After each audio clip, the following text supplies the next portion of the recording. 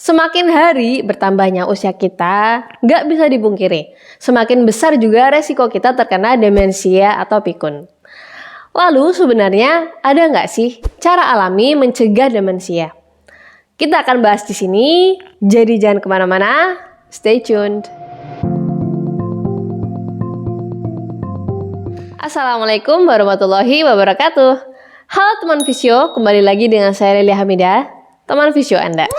Bicara tentang fungsi otak yang mungkin akan menentukan kualitas hidup kita juga, di masa tua nanti ya khususnya, kita inginnya jauh-jauh dari yang namanya demensia alias pikun.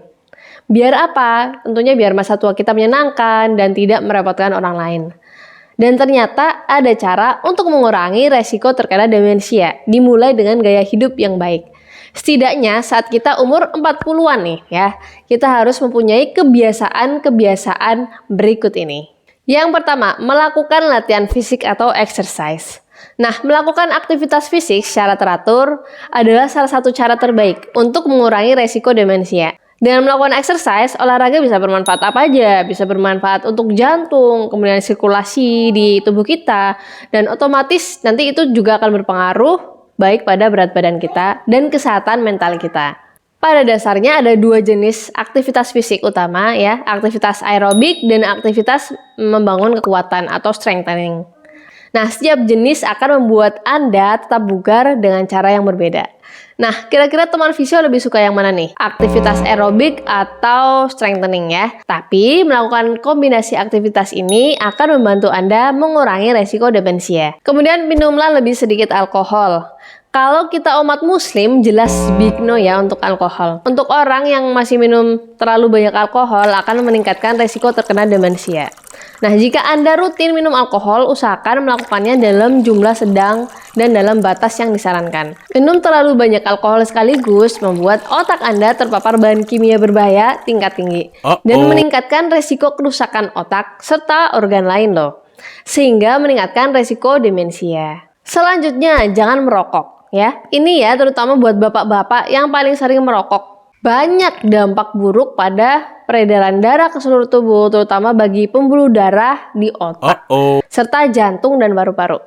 Nah, jika Anda merokok, Anda menempatkan diri Anda itu pada resiko lebih tinggi terkena demensia di kemudian hari. Ya, jadi teman Visio, tidak ada kata terlambat untuk berhenti merokok. Semakin dini Anda berhenti, semakin banyak kerusakan otak Anda yang bisa dihindari. Nggak cuma kerusakan otak ya, tapi juga paru-paru, jantung, sirkulasi darah. Makanya ya, yuk selamatkan diri Anda. Selanjutnya, tetap sehat secara mental dan aktif secara sosial. Siapa nih teman Visio yang antisosial? Males banget berinteraksi dengan orang lain, apalagi terlibat aktivitas sosial. Nah, faktanya adalah ternyata isolasi sosial dapat meningkatkan resiko demensia pada seseorang.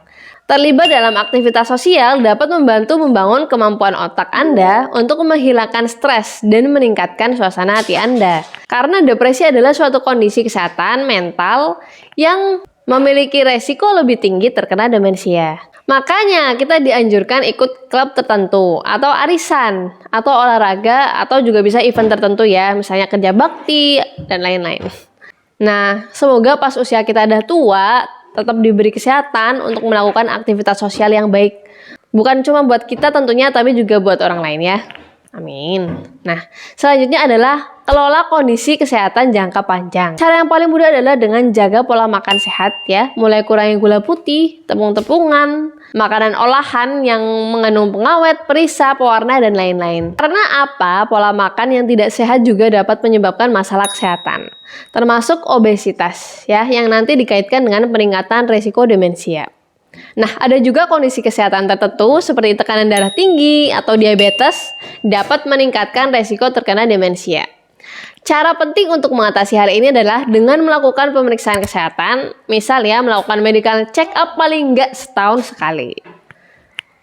Selanjutnya, lindungi fungsi pendengaran Anda. Gangguan pendengaran ternyata dikaitkan juga dengan peningkatan resiko demensia dan mungkin bisa jadi merupakan gejala awal dari demensia tersebut.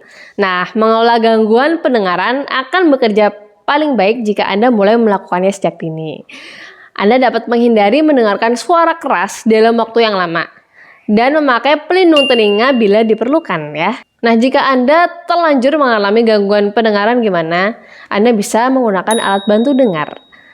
Penggunaan alat bantu ini telah terbukti mengurangi resiko demensia hingga setara seperti seseorang dengan pendengaran normal. Selanjutnya, lindungi kepala Anda. Misal dari cedera ya. Karena cedera otak traumatis yang disebabkan oleh pukulan atau sentakan kepala, terutama ketika orang tersebut pingsan ya, ini dapat memulai proses di otak di mana zat penyebab penyakit Alzheimer menumpuk di area cedera. Teman visio bisa mengenakan tutup kepala pelindung dalam situasi di mana terdapat resiko cedera kepala yang lebih tinggi dari biasanya. Misalnya saat mengendarai sepeda atau bekerja di lokasi bangunan, atau saat menunggang kuda. Makanya ya, menjadi hal penting bagi staf pelatih atau fisioterapi dalam olahraga untuk mengetahui cara menangani gegar otak atau cedera pada kepala. Nah, selanjutnya adalah faktor risiko lingkungan. Misalnya dalam bentuk polusi udara ya, itu juga dapat meningkatkan risiko demensia pada seseorang.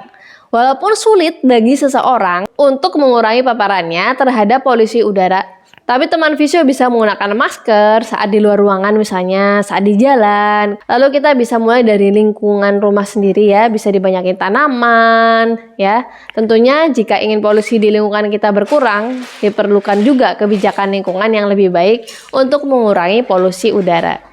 Nah, sekian ya teman visio informasi yang bisa kita sampaikan, semoga bermanfaat. Terima kasih karena telah ikut bergerak bersama kami. Sampai ketemu di kesempatan selanjutnya. Wassalamualaikum warahmatullahi wabarakatuh.